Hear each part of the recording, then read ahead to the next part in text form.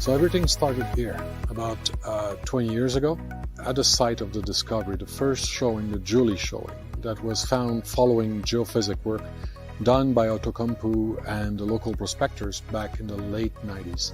15 years ago, we privately acquired the project, and over the last 15 years, with limited resource, we have found dozens of showings like this. We were able to collect a few 100 kilos of material on which we were able to do the metallurgy. And we got about 11 meters here that gave us 1.85% nickel also, with about 0.2 to 0.3% cobalt.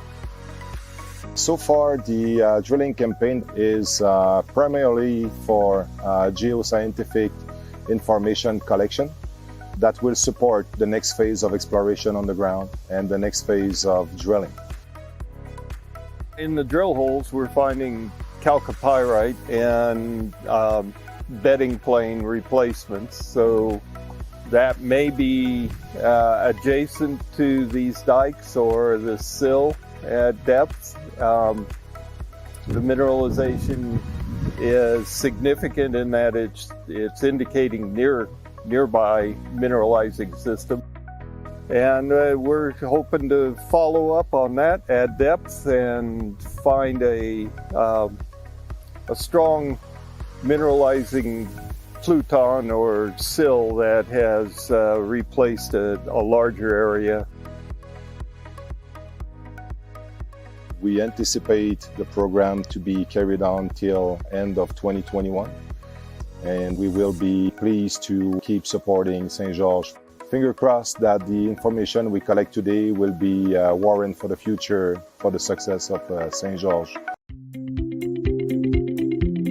EVSX is a natural addition to the St. George team.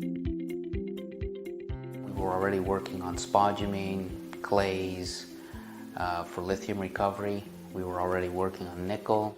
The industry is challenged with battery recycling, environmental issues. This allows for complete recycling of batteries into usable forms and the recovery of critical elements, as well as an environmentally friendly solution. In addition, this brings St. George to complete solutions, battery and resources. SIMS is a facility that was developed for another purpose, and it's a natural evolution for them and for us to create a critical element development site and pilot plant. It's oversized from a point of view of what a normal pilot plant would be, but it actually allows us to grow into the battery recycling as well. This is the mineral processing facility at SIMS, where we prep the materials before going to hydrometallurgy, which we will see shortly. This is fully equipped with automatic feeders and segregators. We even have magnetic separation to take out steel.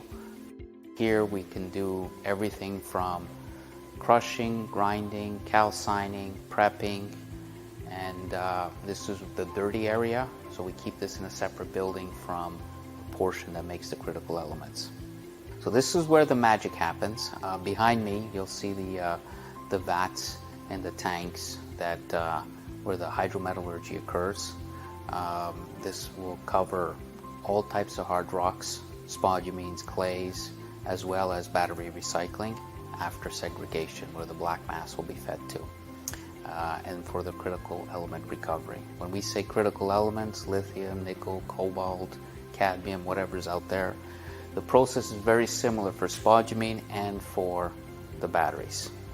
What we're building here and the way it's being done will allow us to roll out in a modular way, strategically based on population bases and needs around the world. We don't want to re-engineer each time. So once this is tweaked, this will be the way we roll out across the industry, and we'll do it strategically. If someone already has the black mass, we'll add the processing. If someone has just the batteries, we bring in the segregation, preparation, and it'll be the same for spodumene. Everything is here outside of a few elements. We've got the mineral processing, the prepping. Shredder should arrive sometime this month or early October. And there's a few purification units that are expected to arrive this month. We expect to be in a position to be operating and running the pilot plant in October.